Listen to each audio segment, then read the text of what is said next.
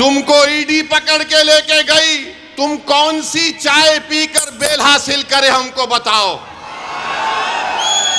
तुमको बेल कैसे मिल जाती है, शिफा को क्यों नहीं मिलती?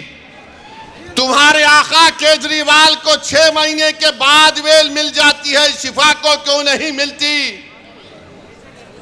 सिसोदिया 16 महीने जेल में बेल मिल गई, जैन जेल में बेल मिल गई। बताओ कहीं तुम कुछ सेटिंग तो नहीं कर लिए?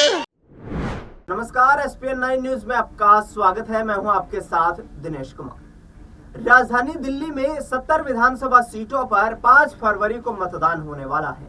8 फरवरी को राजधानी में विधानसभा चुनाव के नतीजे सामने आएंगे, लेकिन इससे पहले आपको बता दें कि राजनीति चरम सीमा पर है और नेताओं के बिगड़े बोल भी अब कहीं ना कहीं जनता के बीच खूब चर्चित हो रहे हैं।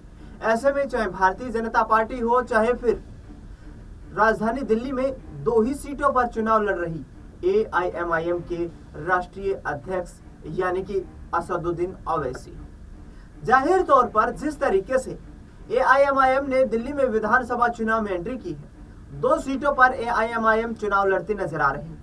अरविंद केजरीवाल को निशाना बनाते हुए यहाँ पर कहीं ना कहीं छोटा रिचार्ज मफलर मैन कहते हुए ओवैसी नजर आ रहे हैं। उन्होंने कहा है कि अरविंद केजरीवाल भारतीय जनता पार्टी के सरपरस्त हैं और उन्हीं के बी टीम बनकर दिल्ली में सरकार चला रहे हैं। दरअसल भारतीय जनता पार्टी और अरविंद केजरीवाल को इस विधानसभा चुनाव में नसीहत दिखानी है। असदुद्दीन ओवैसी की पार्टी राजधानी दिल्ली में ओखला विधानसभा सीट और मुस्तफाबाद से चुनाव लड़ रही है, जहां पर दोनों सीटों पर उन्होंने दिल्ली में CA NRC दंगों के आरोपियों को टिकट दिया है। ओखला विधानसभा सीट से शफाउर रहमान चुनाव लड़ रहे हैं, जो कि जेल में इस वक्त बंद है। UAPA के आरोपों के तहत उनको गिरफ्तार किया गया था। दूसरी ओर मुस्तफाबाद से जो चुनाव लड़ रहे हैं वो दिल्ली दंगों के सरगना बताए जाने वाले ताहिर हुसैन है और इन दोनों को पाक साफ बताते हुए नजर आ रहे हैं असदुद्दीन ओवैसी। असदुद्दीन ओवैसी का कहना है कि आखिरकार अरविंद केजरीवाल, मनीष सिसोदिया, सत्येंद्र जैन, संजय सिंह को गिरफ्तार ईडी ने किया था, उन्हें जमानत कैसे मिल गई और शफाउर रहमान खान और ताहिर हुसैन को जमानत क्यों नहीं मिली। लेकिन आपको बता दें कि शफाउर रहमान खान और ताहिर हुसैन दंगों के आरोपी हैं और जिसको लेकर के उन्हें जेल में बंद किया गया है। वहीं अरविंद केजरीवाल और उनकी पार्टी के जो तमाम नेता जिनको ईडी ने गिरफ्तार किया था वो सिविल जो क्राइम था और उसमें कहीं ना कहीं यहाँ पर अरविंद केजरीवाल को सुप्रीम कोर्ट से राहत मिल गई थी। असदुद्दीन ओवैसी किस तरीके से अपने बिगड़े बोल के लिए प्रचलित हैं और किस तरीके से आम आदमी पार्टी अरविंद केजरीवाल पर निशाना साधते नजर आ रहे हैं, सुनिए जरा। शिफा है जिसका नाम तायर है, तुमको वही नजर आता, इससे तुम्हारी तंग नजरी का इजहार होता है। हम बराबर टिकट दिए, पहली मर्तबा नहीं दिए हैं, फिर से देंगे।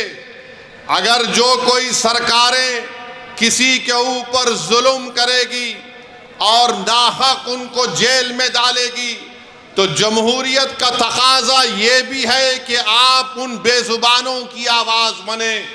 मजलिस ने कोई गुनाह नहीं किया बल्कि मजलिस ने अच्छा काम किया। और अगर कोई मुझे पूछेगा क्या कह रहे हो, तो क्या जॉर्ज फर्नांडिस के ऊपर बड़ौदा डायनेमाइट केस नहीं बुक हुआ था? बिहार के मुजफ्फरपुर से जेल में बैठकर जॉर्ज फर्नांडिस इलेक्शन जीते, तो इंशाअल्लाह ताला शिफा भी जेल में बैठकर ओखला का इलेक्शन जीतेगा और MLA बनेगा इंशाअल्लाह ताला।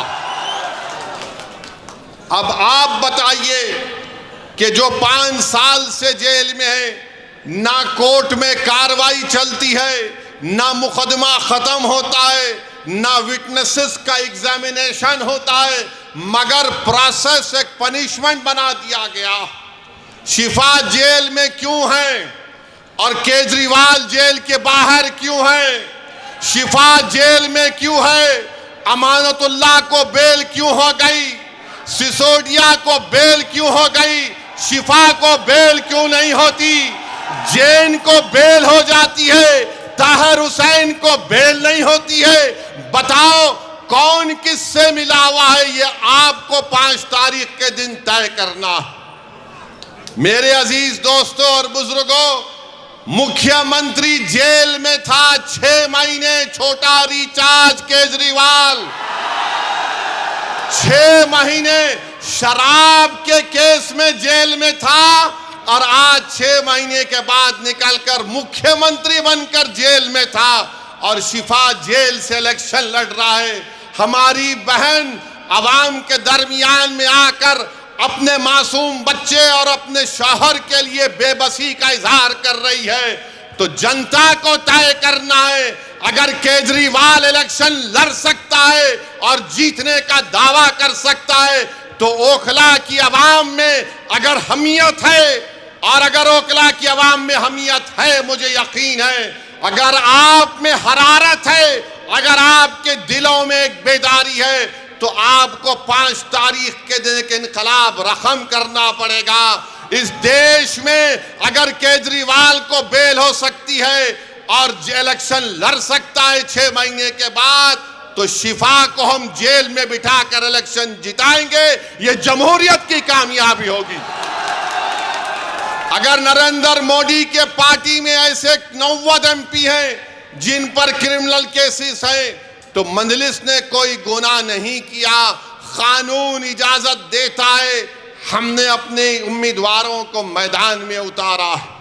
जो लोग ये आम आदमी पार्टी के कह रहे हैं नहीं वोट कटेगा, अरे 94 से लेकर 2019 तक यहां से अल्पसंख्यक समाज का उम्मीदवार MLA बना। अब तुमको बीजेपी कैसे याद आ गई? तुमको ईडी पकड़ के लेके गई, तुम कौन सी चाय पीकर बेल हासिल करे हमको बताओ। तुमको बेल कैसे मिल जाती है, शिफा को क्यों नहीं मिलती? तुम्हारे आका केजरीवाल को 6 महीने के बाद बेल मिल जाती है, शिफा को क्यों नहीं मिलती?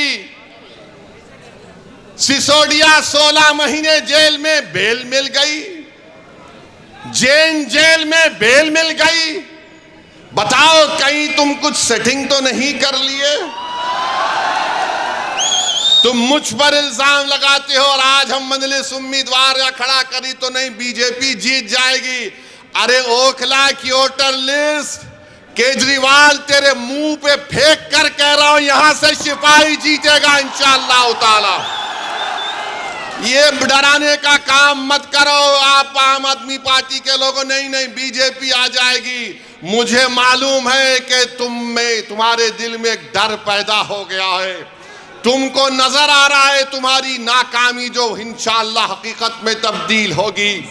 लोग बोल रहे हैं और मैंने खुद देखा है, 5 साल पहले भी मैं आपके दरमियान में आया था और आज भी आया हूं। ओखला में कोई डेवलपमेंट, विकास, तरक्की नजर नहीं आती। केजरीवाल, मैं तुझको चैलेंज कर रहा हूं, सुबह आ जा इस रोड पर, तू यहां ठहर के बोल। सुबह 9 बजे आ जा केजरीवाल, मैं भी आता हूं। तुमको एक आवाज सुनाई देगी, पानी ले लो, पानी ले लो, पानी ले लो।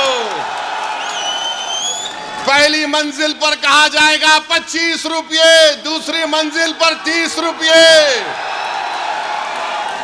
अरे मफलर, कितना झूठ बोलेगा तू, कितना झूठ बोलेगा? पानी फ्री कर दिया, बिजली फ्री कर दिया, फुला फ्री कर दिया। तो सुना आपने जिस तरीके से असदुद्दीन ओवैसी लगातार जो कि अपनी भाषा शैली के चलते चर्चाओं का विषय बने रहते हैं, उनका साफ तौर पर यही कहना है कि दिल्ली में हम दोनों सीटों पर चुनाव जीत करके अरविंद केजरीवाल को कड़ी चुनौती देने का काम करेंगे।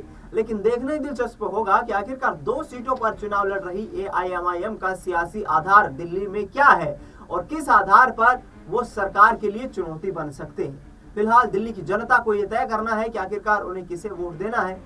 इस खास कार्यक्रम में इतना ही। देश दुनिया की तमाम बड़ी खबरों के लिए आप देखते रहिए SPN9।